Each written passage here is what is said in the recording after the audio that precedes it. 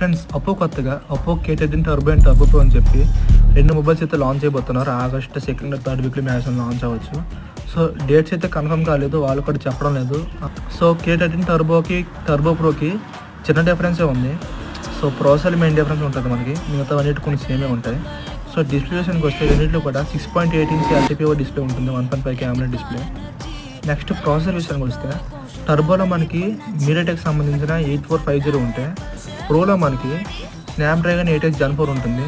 ఇక్కడే మనకి major difference అర్థమైపోద్ది. మిగతావన్నీ సేమే ఉంటాయి, కెమెరా కానీ బ్యాటరీ కానీ మిగతావన్నీ కూడా సేమే ఉంటాయి, ఇక్కడ కూడా డిఫరెన్స్ ఉంటుంది.